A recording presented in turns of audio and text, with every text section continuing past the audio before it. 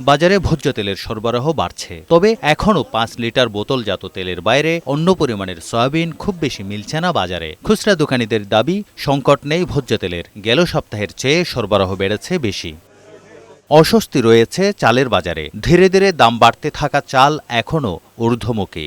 সাধারণ মানুষের মোটা চাল বিক্রি হচ্ছে 55 টাকা কেজি দরে, আটাশ চাল 65 ও মিনিকেট সর্বোচ্চ 85 টাকায় বিক্রি হচ্ছে বাজারে, যা এক মাসের ব্যবধানে কেজি প্রতি বেড়েছে সর্বোচ্চ 5 টাকা পর্যন্ত।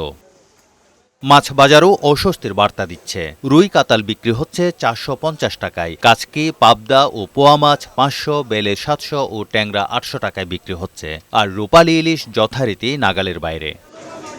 তবে সবজির বাজারে বইছে সুবাতাস, নাগালের মধ্যেই রয়েছে সবজি বাজার, যদিও লেবুর দাম বাড়তি। মুদি পণ্যও রয়েছে ক্রেতার নাগালে। খাসি ও গরুর মাংস আগের দামে বিক্রি হলেও বেড়েছে মুরগির দাম। সপ্তাহের ব্যবধানে 20 টাকা বেড়ে ব্রয়লার 220 ও কক মুরগি বিক্রি হচ্ছে 320 টাকায়। তারেক শিকদার, বৈশাখী সংবাদ, ঢাকা।